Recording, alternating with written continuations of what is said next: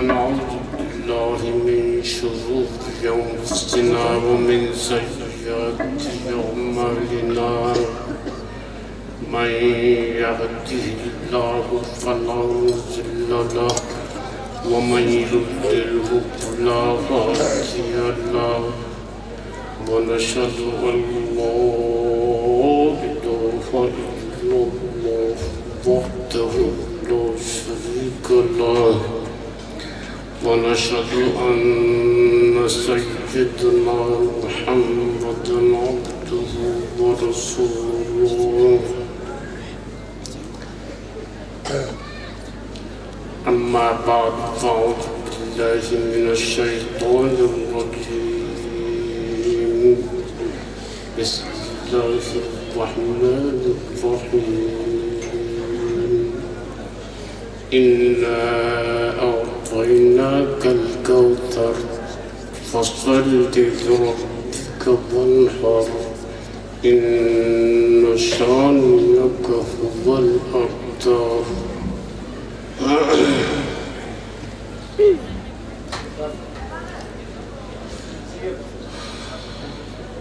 درود شریف پڑھی. اللہم صلی علی محمد وعلی آل محمد کما صلیت علی ابراہیم وعلی آل ابراہیم انک حمید مجید.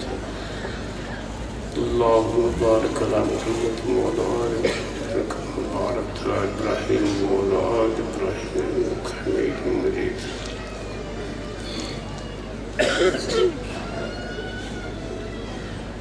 تقریب کی مناسبت سے ایک بہت بڑے ہستی کے کتاب کے بارے میں اور اس کے علم کے بارے میں اور آپ کے انتظار کے بارے میں کچھ بیان کرنا چاہتا ہوں.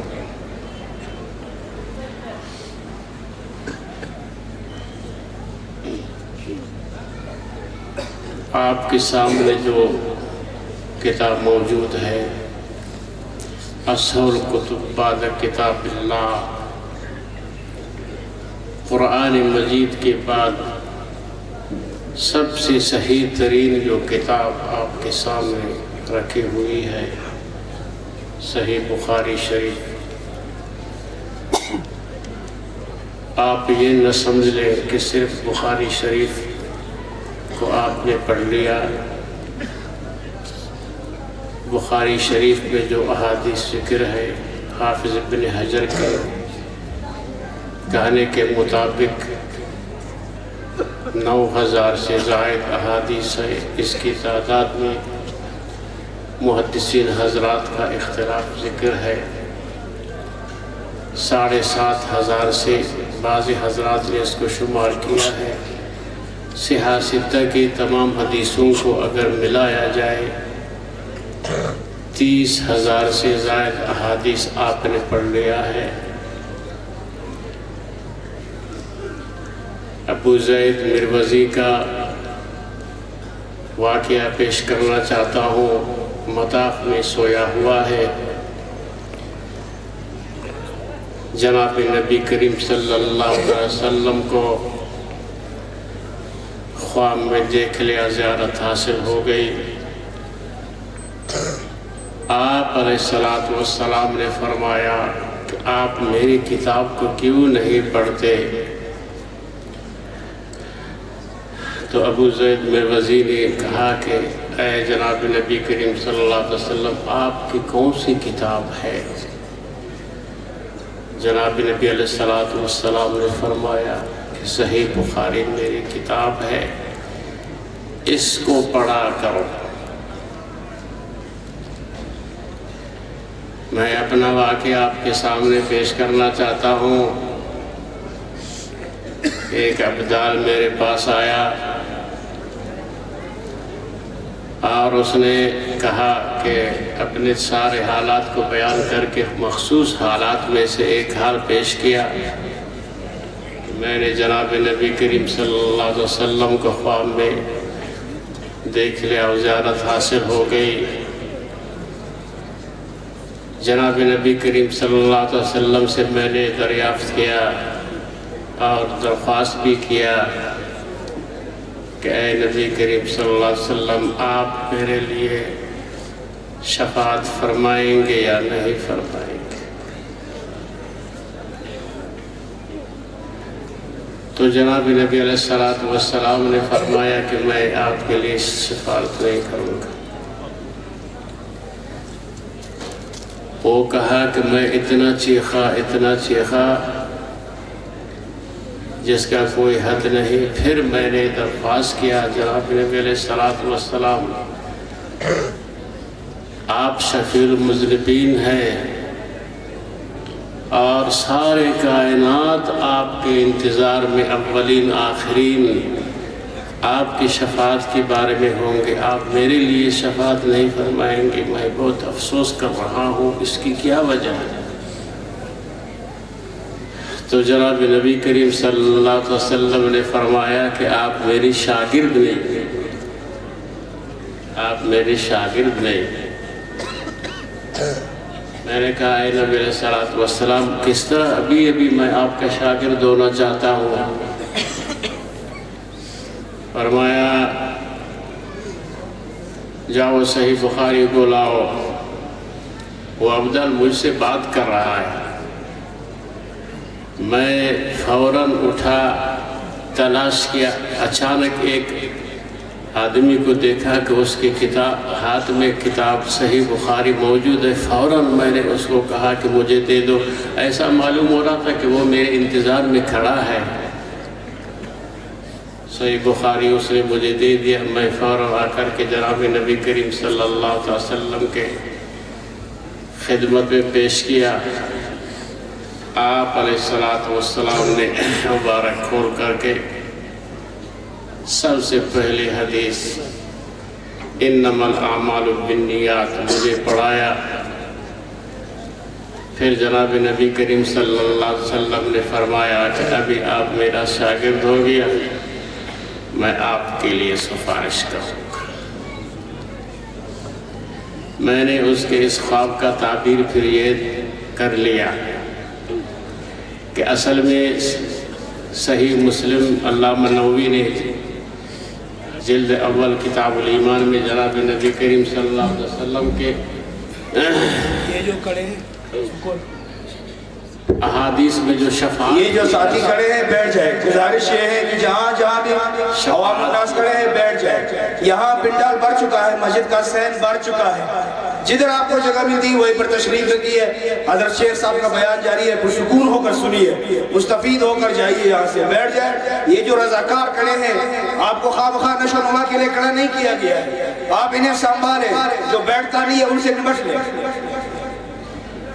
علامہ نووی نے شفاعت کے بارے میں جو تفصیل پیش کیا ہے، جناب نبی کریم صلی اللہ علیہ وسلم محشر میدان میں 10 قسم کے شفاعت عنایت فرمائیں گے۔ پہلی شفاعت جو شفاعت کبریٰ ہے، سارے اولین اور آخرین سارے جمع ہو جائیں گے، تمام انبیاء کرام کے پاس یکے بعد دیگرے متوجہ ہو کر کے آخر میں جناب نبی علیہ السلام کے دربار میں حاضری دیں گے۔ آپ علیہ السلام رب جلال کے دربار میں سربسجود ہوں گے۔ پھر حساب کتاب کا اعلان ہوگا، شفاعت کبریٰ۔ 10 قسم کے شفاعت، 10 قسم کے شفاعت میں 5 شفاعت وہ ہوں گے جو پل صراط کے عبور کرنے سے پہلے ہوں گے، اور 5 شفاعت وہ ہوں گے جو جنت میں داخل ہونے کے بعد جناب نبی کریم صلی اللہ علیہ وسلم خصوصی شفاعت فرمائیں گے۔ تو میں نے اس افضال کو یہ بتایا کہ آپ علیہ السلام مبارک نے جو فرمایا کہ میں آپ کے لیے شفاعت نہیں کروں گا، وہ شفاعت سے مقصد خصوصی جو شفاعت ہے وہ نہیں ہوگا، عام شفاعت تو ویسی ہوگا۔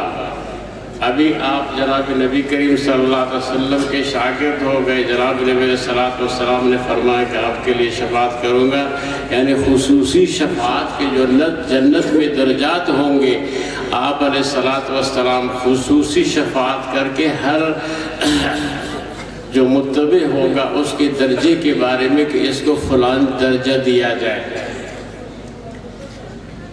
یہ چونکہ جلسہ صحیح بخاری کی بنیادی سلسلے میں منعقد کیا گیا ہے، اسی خاطر میں چاہتا ہوں کہ اس مناسبت سے آپ کو گوش گزار کر لوں کہ یہ کتاب، اس کتاب کے لکھنے والا کیسا ہستی گزرا ہے۔ 16 سال اس نے اس کتاب کو لکھتا رہا۔ کن کن مقامات میں لکھا ہے، مقامات کا بھی اس نے انتخاب کر لیا کہ حتیم شریف بیت اللہ شریف کا حصہ ہے۔ حضرت عائشہ صدیقہ رضی اللہ عنہا کو جناب نبی علیہ السلام نے فرمایا بیت اللہ شریف میں اگر داخل ہونا چاہتے ہو تو حتیم شریف میں داخل ہو جاؤ۔ آپ نے بیت اللہ میں داخل ہو گیا۔ امام بخاری رحمہ اللہ نے اپنے کتاب کا آغاز احادیث حتیم شریف سے شروع کر لیا، اور دوسرا مقام ریاض الجنہ۔ جناب نبی علیہ السلام نے فرمایا کہ ما بین بیتی و منبری روضۃ من ریاض الجنہ، میرے منبر کے اور حجرے کے درمیان کا جو حصہ ہے یہ جنت کے باغات میں سے حصوں میں سے ایک خاص حصہ ہے۔ کوئی شخص اگر کہے کہ میں اللہ کی قسم ہے جنت میں داخل ہوتا ہوں، فقہ حضرات نے بتایا کہ یہ شخص اپنے قسم سے کس طرح بری ہوگا، تو انہوں نے اس کو یہ فتویٰ دے دیا کہ ریاض الجنہ میں جب داخل ہو گیا تو اس کا قسم پورا ہو گیا کہ جنت میں داخل ہو گیا۔ امام بخاری رحمہ اللہ نے بخاری شریف کے احادیث ترمذی الباب اور اس کے تعلیقات ریاض الجنہ میں لکھنا شروع کیا ان 2 مقامات میں۔ ابھی یہ کنفرم تو نہیں ہے کہ کتنا حصہ یہاں لکھا کتنا حصہ وہاں لکھا، باہر کیف یہ 2 مقامات کا اس نے انتخاب کیا تھا۔ اس کے ساتھ ساتھ احادیث میں محدثین حضرات نے جو حدیث کے بارے میں شرائط انہوں نے لکھا ہے، وہ سارے شرائط کو سامنے رکھتے ہوئے ایک اور چیز کا مزید اس نے انتخاب کر لیا کہ جس باب میں کوئی حدیث لانا ہے اس کے لیے کیا کرتا تھا، غسل کر کے 2 رکعت نفل پڑھ کر کے استخارہ کرتا تھا۔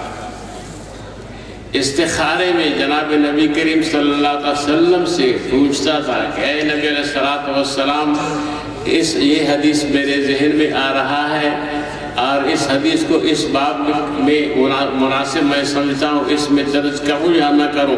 جناب نبی علیہ السلام سے جب اس کو اجازت مل جاتی کہ ہاں اس باب میں اس کو درج کر لو، پھر اس باب میں درج کر لیتا۔ اسی خاطر تو جناب نبی علیہ السلام نے اس حضرات کو یہ فرمایا کہ میری کتاب کو کیوں نہیں پڑھتے ہو، میری کتاب کو پڑھ لو۔ تو یہ حافظ ابن حجر کے کہنے کے مطابق 9000 اگر احادیث ہوں تو 18000 نوافل اور استخارہ ہر حدیث کے لیے کرنا یہ معمولی بات ہے۔ کتنی جان فشانی سے اور کتنے محنت سے حضرت نے اس کو جمع کر لیا۔ 6 لاکھ احادیثوں سے اس کا انتخاب کر لیا۔ ایک مرتبہ حضرت بیمار ہوا تو کسی طبیب کے پاس اس کو لے گیا اور طبیب نے اس کا نبض دیکھا۔ اس نے کہا یہ معلوم ہوتا ہے کہ یہ کوئی راہب ہے۔ پہلے دور میں یہ راہب یہ دنیا سے قطع تعلق ہو کر کے کچھ نہیں کھاتے تھے۔ یہ راہب کا اس کا خون قارورہ میں میں دیکھ رہا ہوں، یہ راہب معلوم ہوتا ہے کہ یہ کچھ نہیں کھایا ہے۔ پتہ چلا کہ حضرت نے 40 سال سالن استعمال نہیں کیا، سالن استعمال نہیں کیا۔ تو پھر انہوں نے طبیب نے مشورہ دے دیا کہ حضرت آپ اپنے صحت کا بھی خیال رکھ لو، یہ صرف یہ ہے کہ یہ مرض آپ کو سالن کے استعمال نہ کرنے کی وجہ سے پیدا ہوا ہے۔ تو پھر حضرت نے کہا چلو بادام کے چند عدد بادام کا میں کھاؤں۔ عام طور پر جو کی روٹی پر گزارا کرتا تھا کہ جناب نبی کریم صلی اللہ علیہ وسلم مبارک اکثر جو کی روٹی تناول فرماتے تھے تاکہ سنت پر عمل ہو جائے ساری زندگی۔ زیادہ سے زیادہ چند بادام بطور سالن کے وہ استعمال کرنا شروع کر لیا۔ بخاری شریف کی آخری حدیث کے متعلق اس مناسبت کے اعتبار سے اگرچہ حدیث شریف کا درس شیخ الحدیث حضرت مولانا محمد الیاس صاحب عنایت فرمائیں گے، لیکن میں کچھ آپ کو اضافہ کے طور پر بتانا چاہتا ہوں۔ امام بخاری رحمہ اللہ نے آخری جو حدیث ذکر کر لیا اور آخری باب پیش کر لیا وہ اعمال کے تولنے کے بارے میں پیش کر لیا۔ اپنے کتاب کے اول میں انما الاعمال بالنیات کو پیش کر لیا آغاز کتاب، اور آخر میں ترازو اور وزن کو پیش کر لیا۔ آپ کو یہ بتایا ہے کہ دنیا میں جو بھی آپ عمل کرتے ہیں خیال کر کے کرنا ہے۔ سب سے پہلے اس عمل کو اللہ کی رضا کو سامنے رکھ کر کے کرنا ہے کہ اللہ کی رضا کے لیے اس کام کو میں کر رہا ہوں، کوئی دنیا کا مقصد بالکل نہ ہو۔ دین اگر کوئی شخص پڑھتا ہے اس میں بھی اللہ کی رضا کو سامنے رکھتے ہوئے اس دین کو پڑھے گا تو پھر وہ کارآمد ہوگا۔ اگر دنیا کے مقصد کو رکھا وہ دین اس کے لیے وبال جان بن جائے گا۔ کہ یہ اعمال جب تولے جائیں گے، وزن کس کے بارے میں ہوگا؟ اخلاص۔ اخلاص آپ کے علم کو بھاری کرے گا، آپ کے عمل کو بھاری کرے گا۔ جس عمل میں اخلاص ہوگا وہ نہایت بھاری ہوگا۔ اور دوسرا اللہ تعالیٰ کی طرف توجہ اللہ، جو عمل آپ کریں گے توجہ اللہ کے ساتھ، حسن اخلاق کے ساتھ، یہ آپ کے عمل کو بھاری کرے گا۔ یہ دو چیزیں اگر نہیں ہیں، جتنا بھی کوئی آدمی عمل کرتا رہے وہ بھاری نہیں ہوگا۔ اب یہ ترازو میں تول میں جب تولا جائے گا، نبی علیہ السلام نے فرمایا کہ تول کے دو حصے ہیں، ایک وہ ہوں گے جو بغیر اعمال کے تولے، بغیر حساب کے وہ جنت میں جائیں گے۔ معراج کے موقع پر جناب نبی علیہ السلام تشریف لے گئے۔ آپ علیہ السلام نے فرمایا کہ میں نے ایک نبی کو دیکھا، اس کے پیچھے 100 آدمی وہ گزر رہے تھے۔ عالم آخرت کے سارے حالات جناب نبی علیہ السلام کے سامنے پیش کیے گئے، اس کا جھلک پیش کیا گیا۔ دوسرے نبی کو میں نے دیکھا، اس کے پیچھے 1000 متبعین۔ تیسرے نبی کو دیکھ لیا، وہ گزر رہے تھے 2000 متبعین مختلف۔ اور ایک نبی کے پیچھے کافی تعداد میں نے متبعین کو دیکھ لیا، تو میں نے یہی سوچا کہ یہ میری امتی ہوگی۔ میں نے پوچھا کون ہے، تو بتا دیا گیا کہ حضرت موسیٰ علیہ السلام اس کے متبعین ہیں۔ اتنے میں کیا ہوا؟ آپ علیہ السلام نے فرمایا کہ میں چاروں طرف دیکھ رہا ہوں کہ انسانی انسان۔ آخر ان کا بالکل معلوم بھی نہیں ہے کہ کہاں تک وہ ختم ہو رہے ہیں۔ میں نے پوچھا یہ کون ہے؟ جبریل علیہ السلام نے فرمایا کہ یہ آپ کے امتی ہے۔ پھر آپ علیہ السلام نے فرمایا کہ اس میں 70,000 ایسے افراد ہیں کہ بغیر حساب کے جنت میں داخل ہوں گے، ان سے کوئی حساب نہیں لیا۔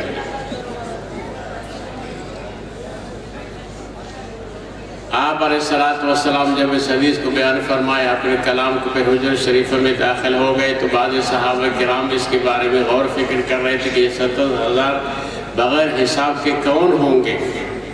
ہر ایک اپنے خیالات کے بارے میں اظہار کر رہا تھا۔ بعد میں جناب نبی علیہ السلام جب تشریف لائے تو انہوں نے پوچھا، اے نبی علیہ السلام یہ 70,000 کون ہوں گے؟ تو آپ علیہ السلام نے ارشاد فرمایا کہ متوکلین، توکل کرنے والے۔ توکل کے بارے میں ایک واقعہ میں بیان کر لوں گا بإذنہ تعالی۔ تو حضرت صحابہ کرام میں ایک صحابہ نہایت اس کے کپڑے پھٹے ہوئے وہ کھڑے ہو گئے۔ حضرت عکاشہ کہا، اے نبی علیہ السلام میرے لیے دعا کرو میں ان سے ہو جاؤں۔ تو جناب نبی علیہ السلام نے فرمایا کہ آپ ان سے ہیں۔ ایک دوسرے صحابی اٹھا، کہا نبی علیہ السلام میرے لیے دعا کرو۔ تو نبی علیہ السلام نے فرمایا کہ سبق بہا عکاشہ، حضرت عکاشہ آپ سے سبقت حاصل کر لیں۔ یہ بہت سارے حکمت ہے جناب نبی علیہ السلام نے سوال کو رکوا دیا۔ یہ 70,000 مشکات شریف جلد ثانی میں اس کے بارے میں نے تحقیق کیا ہے کہ 70,000 یہ ضرب 70,000، پہلے 70,000 کے بارے میں دیکھا جاتا وہ کون حضرات ہیں؟ حضرات صحابہ کرام یقینی طور پر، اور ائمہ حضرات، مجتہدین حضرات یقینی طور پر، محدثین حضرات یقینی طور پر۔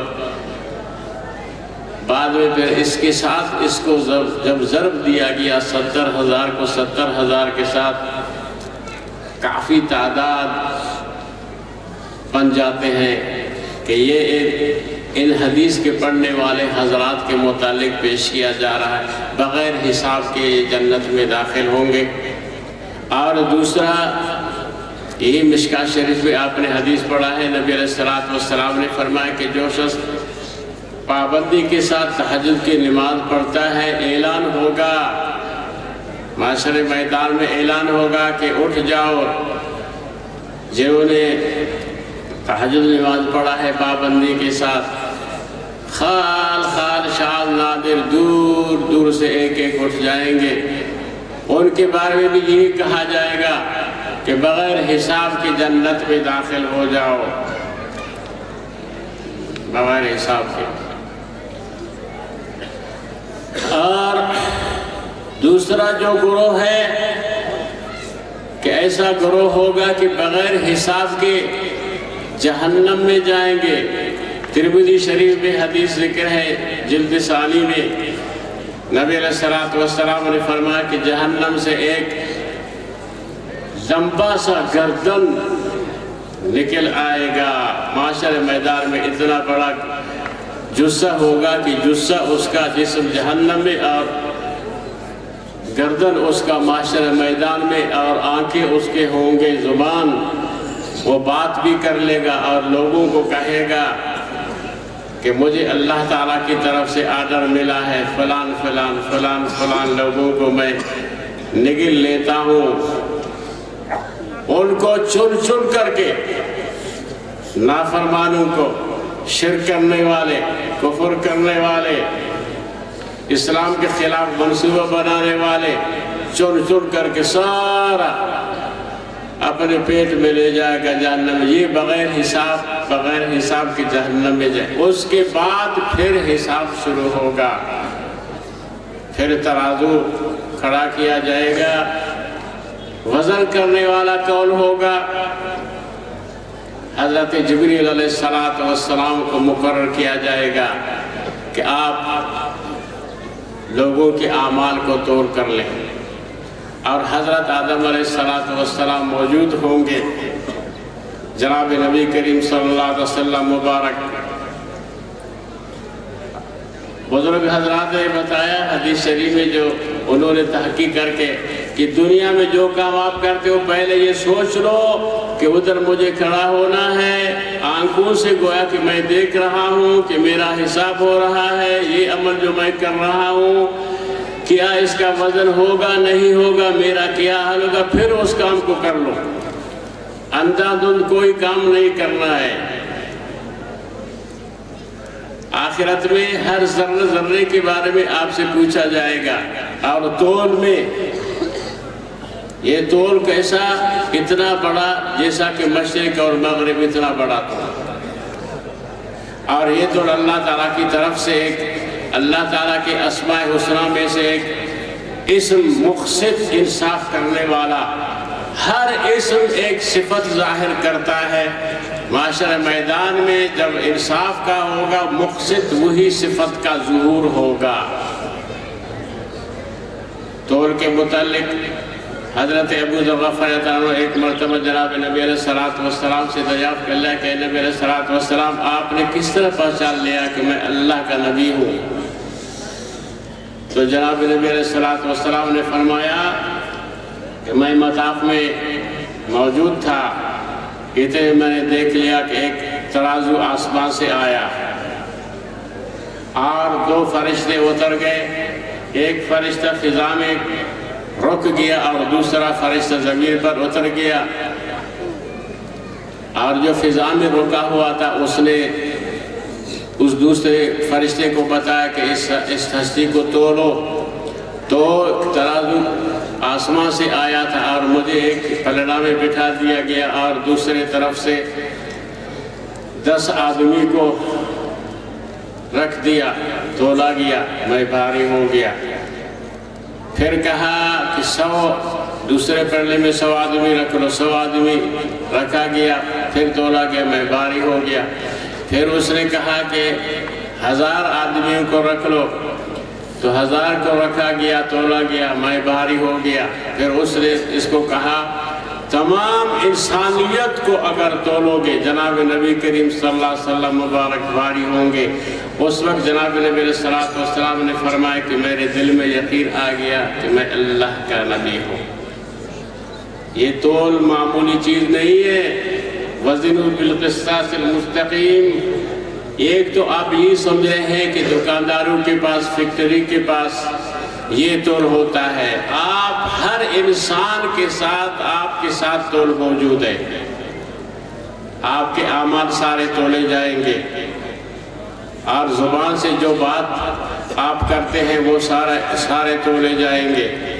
یہ نہایت خطرناک مسئلہ ہے اور اسی تول کو سامنے رکھ کر کے آپ کو بات کرنا ہے اور اعمال کرنا ہے. ایک اور روایت میں ذکر ہے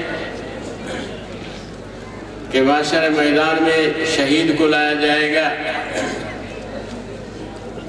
اور اس کے خون کو، اور یہ علماء حضرات نے جو دین کے لیے خدمت کیا ہے، یہ سیاہی قلم سے جو انہوں نے لکھا ہے، احادیث لکھا ہے، ان کو تولا جائے گا. اصحاف الساعۃ المتقین والے نے تفصیل کے ساتھ بیان کیا ہے. جب تولا جائے گا تو پتہ چلے گا کہ یہ جو سیاہی کا جو وزن ہے وہ بہت بھاری ہوگا اور شہید کا جو خون ہے وہ خوشبو مسک سے بھی زیادہ خوشبودار، لیکن اس سیاہی کے مقابلے میں اس کا وزن ذرا ہلکا ہوگا. یہ علم کے لیے، دین کے لیے انہوں نے جو لکھائی کیا ہے، احادیث لکھا ہے، قرآن مجید لکھا ہے، قرآن مجید کے تفسیر لکھا ہے.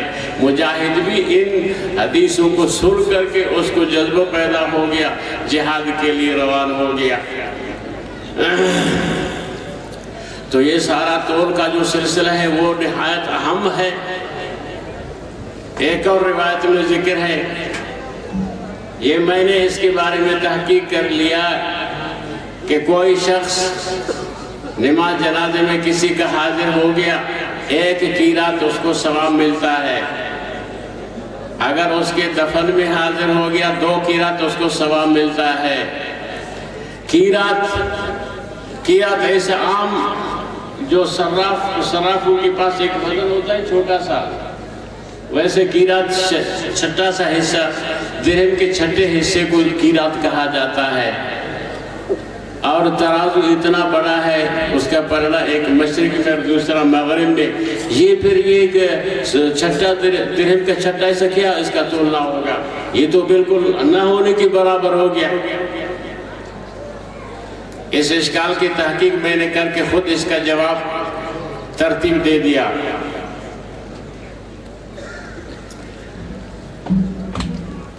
کہ ایک ہے دنیا کا وزن اور دوسرا ہے آخرت کا وزن.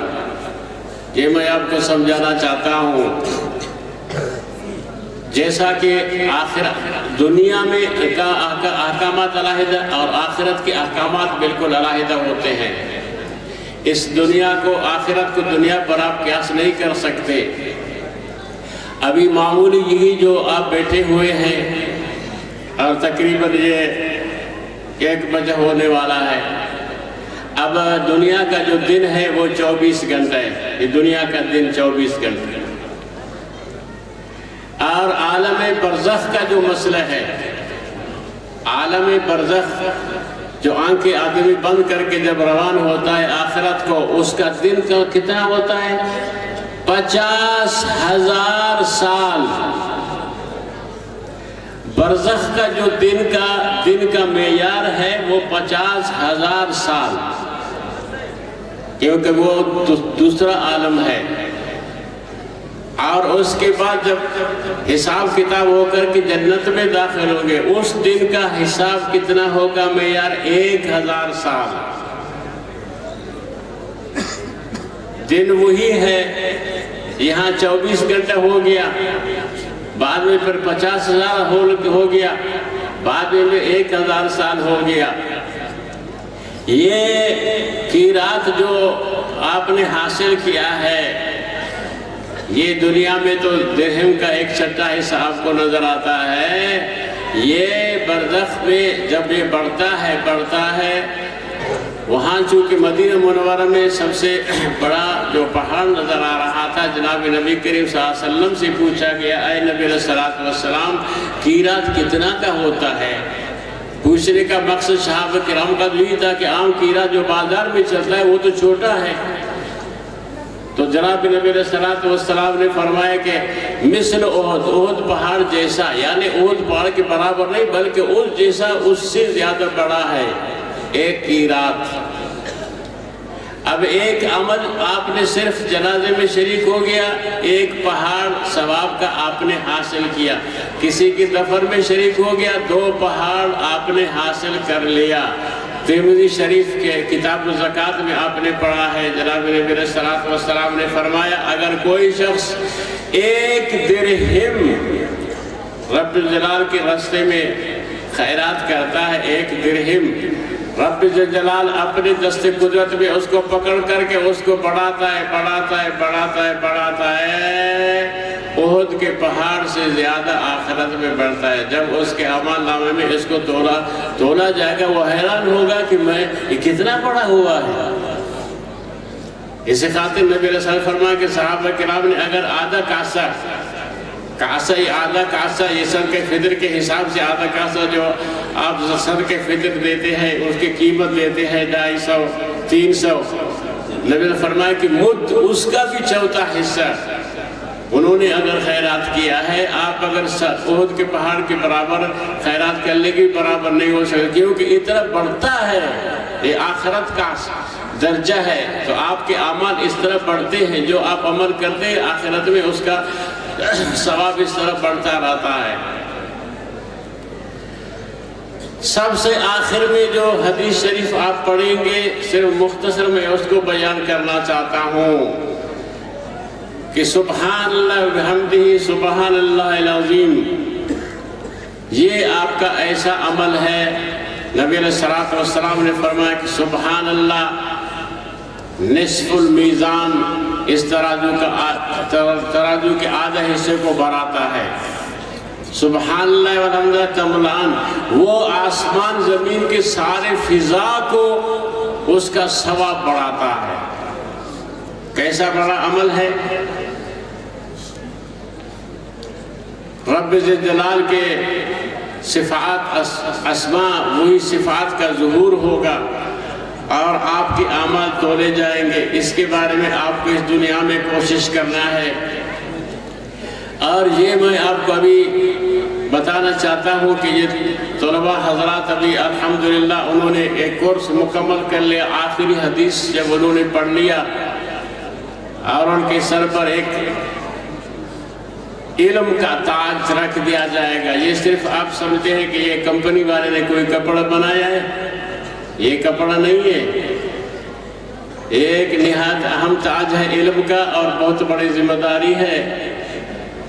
اکثر بیشتر اس کے بارے میں میں نے غور فکر کیا ہے کہ جو فارغ ہو جاتے ہیں ان کو ایک قسم کا پریشانی ذہن میں آتا ہے معاش کا۔ اس کے متعلق میں نے جو ابھی آپ کو بتا دیا، ہمارے دیوبند دارالعلوم دیوبند کے صدر مدرسین حضرات میں سے حضرت مولانا محمد یعقوب نانوتوی رحمہ اللہ حدیث کا درس دے کر کے فارغ ہو کر کے ذرا کیا، جب دوسرا گھنٹہ اب تک شروع نہیں ہوا ہے، واپسی پر جب آ رہا تھا تو کہہ رہا تھا کہ منوا کر کے چھوڑا، منوا کر کے چھوڑا۔ تو دوسرے حضرات پوچھ رہے تھے حضرت کس نے منوایا، کس کو اپنے منوا کر کے چھوڑا؟ اس نے کہا اول شروع سے میں درس دینا شروع کیا، رب جلال کے دربار میں دعا کرتا رہا کہ یا اللہ جو حضرات دین کی خدمت کرتے ہیں اور کریں گے اور ان کا تعلق دیوبند کے ساتھ ہو، ان کو معاش کے بارے میں کوئی فکر نہیں ہونا چاہیے، ان کا معاش آسانی کے ساتھ ان کو ملنا چاہیے۔ یہ میں دعا کرتا رہا 40 سال دعا کرتا رہا۔ ابھی میں اپنے حجرے میں داخل ہو کر کے سجدے میں تھا، ایک آواز آ گئی کہ آپ کا جو دعا تھی وہ قبول ہو گئی۔ ابھی اس خوشی میں دوڑ کر کے آپ کو خوشخبری دے رہا ہوں کہ منوا کر کے چھوڑا، اپنے دعا کو کرتے رب جلال کے دربار میں دعا کو منوایا۔ آپ کا تعلق ایسے ادارے کے ساتھ ہے، اسلام کے مرکز حجاز مقدس حرمین شریفین کے بعد دارالعلوم دیوبند ساری دنیا کے اندر اس کے فیوزات پھیلے ہوئے، ایسے حضرات نے آپ کے لیے، صرف ایک کے لیے نہیں، آپ حضرات کے لیے جو فارغ ہو رہے ہیں، آپ کے معاش کے لیے انہوں نے ایسا دعا کر لیا، ایسا دعا کر لیا، وہ شرط کے ساتھ کہ جو دین کے ساتھ منسلک ہوگا چھوڑے گا نہیں۔ فارغ ہونے کے بعد کوئی دین کا حصہ چاہے اول شروع سے یسر القرآن مفتاح القرآن اس کو مل گیا، بھی بہت خوش قسمتی سمجھ لے کہ میرا تعلق قائم ہے۔ اس تعلق کے قائم ہونے کے لیے میں آپ کو سمجھانا چاہتا ہوں، یہ ٹرین کو آپ نے دیکھے روز آپ کے سامنے سے گزرتا ہے، اس کے پہلے جو 3 ڈبے 4 ہیں فرسٹ کلاس والے، اس کی کرایہ بہت اونچا، جہاز والے بھی اسی طرح انہوں نے سیٹ بنایا ہے کہ فرسٹ کلاس اس کا کرایہ اونچا، درمیان والے اس کا درمیان والا کرایہ، آخر والا بالکل ایک آخر میں جو ٹی ٹی والا ہے ایسا کمزور ڈبہ بھی اس کا کمزور ہے، رنگ بھی اس کو نہیں ہے، لیکن وہ بھی خوش ہے کہ جب ٹرین رفتار کرتا ہے وہ بھی رفتار خوش ہے کہ میں بھی منزل مقصود کو پہنچوں گا۔ ہمارا مثال وہی ٹی ٹی والا آخر والا ہے۔ ہم بہت خوش ہیں کہ وہ قافلہ حضرات صحابہ کرام کا، وہ قافلہ مجتہدین حضرات کا، وہ قافلہ محدثین حضرات کا، وہ رفتار کرتے رہے، ہم ان کے ساتھ منسلک ہیں۔ یہ شکر کرو اور دین کی خدمت کو نہیں چھوڑنا ہے۔ معاش کے بارے میں تو آپ کے لیے خصوصی دعا ہوا ہے، بالکل پریشان نہیں ہو جاؤ گے۔ حضرت رشید احمد گنگوئی رحمہ اللہ دارالعلوم کے بڑے حضرات نے ان کو یہ بتایا تھا کہ مفتیان کرام جو شامی مشہور کتاب ہے اس سے بھی زیادہ اس نے کہا فقیہ العصر، یہ ہمارے زمانے میں شامی سے بھی زیادہ محقق گزرا ہے۔ اور ایک مرتبہ انگریز نے ایک سیاڑی بھیجا کہ جاؤ یہ دیکھ لو کہ رشید احمد گنگوئی کیا کر رہا ہے، سنا ہے کہ یہ تیار کر رہا ہے میرے خلاف، انگریز کے خلاف مجاہد تیار کر رہا ہے۔ سی آئی ڈی نے انسپیکٹر کو بھیجا، وہ آیا دیکھا صبح کے ٹائم پر سارے ذکر اذکار میں مصروف، پھر درس میں مصروف ہے، پھر ذکر اذکار میں مصروف ہے، پھر درس میں مصروف ہے۔ ایک دن رہا، دوسرا دن رہا، تیسرا دن، پھر سوچا کہ یہ جو مجھے بتایا گیا ہے کہ یہاں تاریخ انگریز کے خلاف تاریخ ہو رہی ہے، یہ تو کچھ نہیں ہو رہا ہے، یہ تو سارے اللہ اللہ کر رہے ہیں، سبق پڑھتے ہیں، کچھ نہیں ہو رہا ہے۔ پھر سوچا کہ یہ بتانے والا غلط بتایا۔ بعد میں پھر حضرت سے خود آ کر کے ملا، حضرت کو کہا کہ حضرت میں تو اس وجہ سے آیا تھا، ایک ہفتہ میں رہا، میرا ذمہ داری بھی یہی تھا کہ صحیح معنی میں چیک کر لوں کہ کیا ہو رہا ہے، میں تو کچھ نہیں دیکھا، صرف اللہ اللہ اور وہ دوسرے اسباق پڑھتے ہیں۔ اس نے کہا کہ آپ دیکھ رہے ہیں ہم کیا کر رہے ہیں، صرف رب الجلال کے اسم لیتے ہیں۔ پھر اس نے کہا کہ حضرت آپ ابھی میں آپ سے متصل ہو رہا ہوں، وہ تو سیاسی تھا، تو پھر کبھی کہا کہ حضرت میں آپ سے متصل ہو رہا ہوں، میں آپ سے پوچھ رہا ہوں کہ آپ کا معاش کہاں سے آتا ہے، معاش کہاں، ذریعہ معاش آپ کا کیا ہے؟ اس نے کہا کہ ذریعہ معاش ہمارا توکل ہے۔ یہ اوقاش حوالے قول کو میں نے بیان کر لیا، اور میں نے کہا کہ اس کے ساتھ ایک واقعہ بیان کر لیتا ہوں۔ کہا کہ ہمارا جو معاش ہے وہ توکل ہے۔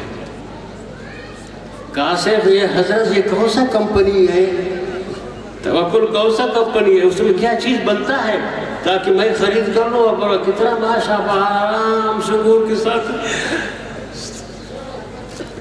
کہا اس کا کمپنی باہر نہیں ہے، اس کا کمپنی باہر نہیں ہے، اس کا کمپنی ہمارے دل کے اندر ہے۔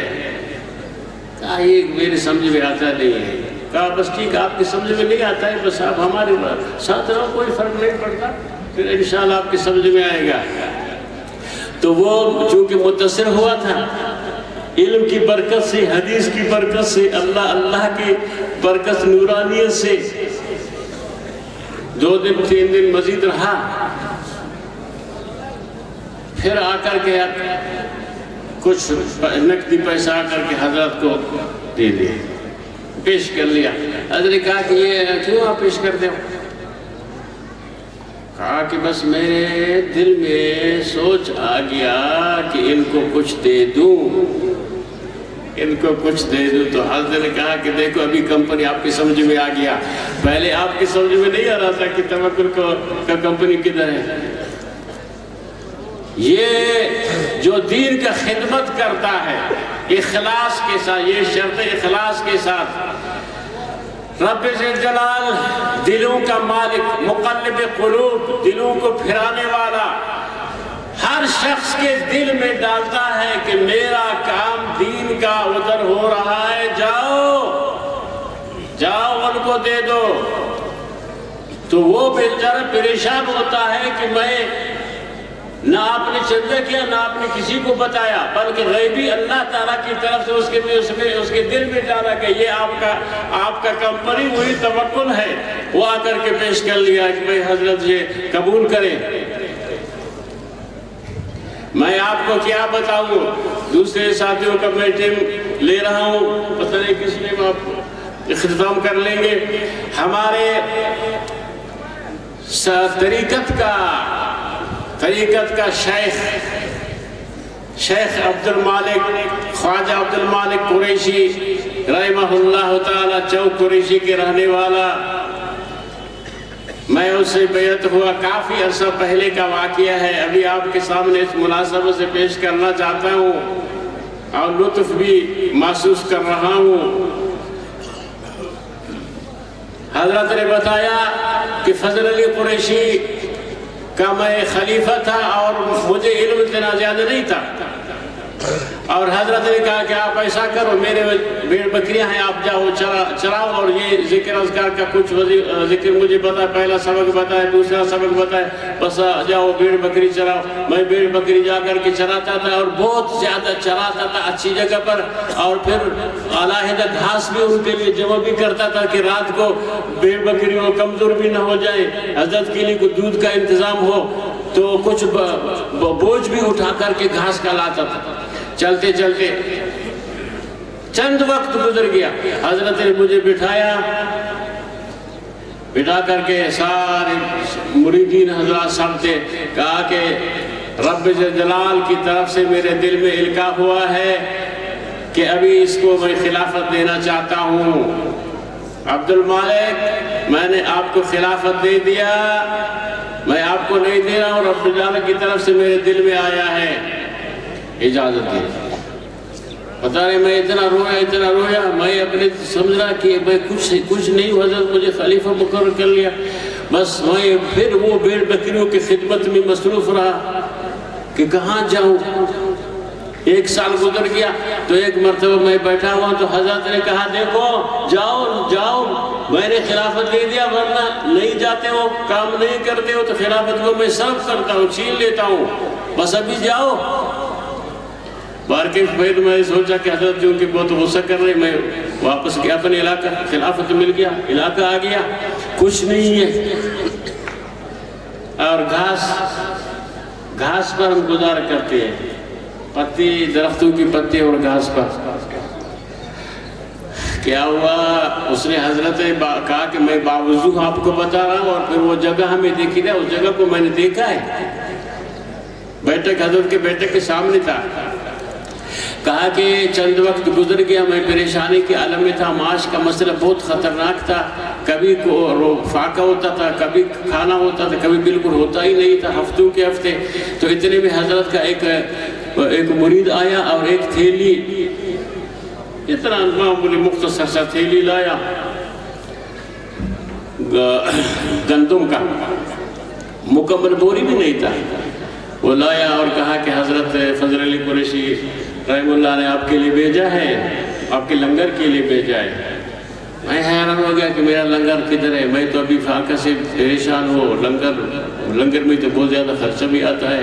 کہا کہ حضرت آپ کے لیے بھیجا اور یہ پرچی بھی بھیجا ہے، چھوٹا سا پرچی، اور اس میں لکھا ہوا تھا ان اللہ مع الصابرین، ان اللہ مع الصابرین، اور پر کہا کہ حضرت نے کہا ہے اس کو بند کرنا، بند جگہ میں یہ تھیلی کو ڈالنا، تھیلی سے باہر گندم کو نہیں نکالنا، ایسا کوئی ادھر ادھر سے ان چیز میں بنا کر کے اوپر سے پلستر کرو اور اس کو بند جگہ میں رکھو، صرف نیچے سے اس کو سوراخ کر، اور یہ پرچی ان کے اوپر رکھو، یہ پرچی ان کے اوپر رکھو۔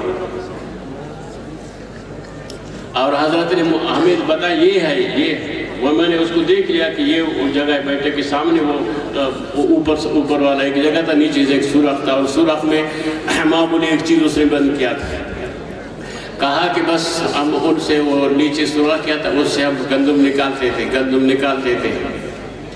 اور پھر حضرت نے کہا کہ یہ 50 سال گزرا ہے، آپ کو معلوم ہے، میں تو آخر میں کیا حضرت کا کہ 1 سال کے بعد میرا رابطہ حضرت صاحب کے ساتھ تھا، 1 سال کے بعد حضرت دنیا سے تشریف لے گئے۔ کہا کہ 50 سال گزرا ہے، ہم اسے نکالتے رہتے، پتہ نہیں کہاں سے وہ آتے ہیں یہ گندم، اور ہر سال اجتماع ہوتا تھا، اور سارے اجتماع والوں کا خرچ یہاں سے نکال کر کے ہم خرچ ابھی تک ختم نہیں ہوا ہے۔ یہ کیا ہے؟ ان اللہ مع الصابرین، آپ حضرات کا جو معاش کا مسئلہ پہلے سے فیصلہ ہو چکا ہے، آپ پریشان نہیں ہونا ہے۔ ابھی میرے جو حدیث کا اجازت کے متعلق، ویسے میں حدیث کے لیے جو اجازت دیتا ہوں، ایک عام میرا سلسلہ مسلسلات کا بھی مجھے اجازت حاصل ہے۔ مسلسلات چونکہ عملی ہوتا ہے، عملی کے بارے میں فی الحال آپ کے پاس آپ نے انتظام نہیں کیا تھا، میرے ذہن سے بھی نکلا۔ مسلسلات اسی حدیثوں کو کہا جاتا ہے جو جناب نبی کریم صلی اللہ علیہ وسلم نے عمل کیا اور صحابی کو کروا کر کے دکھا دیا، پھر اس صحابی نے اپنے شاگرد کو دکھا کر کے عمل کر لیا، پھر اس نے دوسرے شاگرد کو اسی طرح تسلسل کرتے کرتے کرتے کرتے ہم تک جو پہنچا ہے، جس کو مسلسلات سے محدثین حضرات کے اصطلاح میں تعبیر کیا جاتا ہے۔ مسلسلات کا جو مجھے اجازت ہے، حدیث کی اجازت کتابوں کا اور مسلسلات کا، حضرت مولانا قاری محمد طیب رحمہ اللہ جو دیوبند کا بہت بڑا ایک محقق، محدث اور محترم گزرا ہے، نہایت عجیب قسم کا ایک انسان، مسلسل بأکل التمر، مسلسل بشرب الماء اور مسلسل بالمصافحہ اور مسلسل بالامامہ، تمام مسلسلات کا انہوں نے مجھے اجازت دیا ہے۔ اور عام حدیث کا جو آپ سیاستہ پڑھ رہے ہیں، جو ہم نے پڑھا ہے، اس میں میرا جو شیخ ہے بخاری شریف کا دو مہینہ حضرت مولانا محمد یوسف بن رحمہ اللہ تعالی جو بہت بڑا محدث گزرا ہے، اپنے دور میں ایک حدیث کا ایک امام گزرا تھا، بخاری شریف کا دو مہینہ اس سے پڑھا، اور بعد میں حضرت مولانا مفتی ولی حسن ٹونکی رحمہ اللہ سے، اور وہ سلسلہ حضرت شیخ الہند رحمہ اللہ سے اس کا سلسلہ جاتا ہے، اور دوسرا حضرت مولانا کا جو سلسلہ تھا شیخ انور کشیم رحمہ اللہ سے۔ یہ ترمذی شریف میں جو آپ کے سامنے جو سند موجود ہے، وہ 31 والے راویوں کا وہ سند سارا سلسلہ ان کی طرف سے میں آپ حضرات جو دورہ حدیث پڑھ چکے ہیں، ان حضرات کو میں حدیث کے بارے میں اجازت دے دیتا ہوں۔ اللہ تعالیٰ عمل کرنے کی توفیق عطا فرمائے۔ وما علینا الا البلاغ المبین۔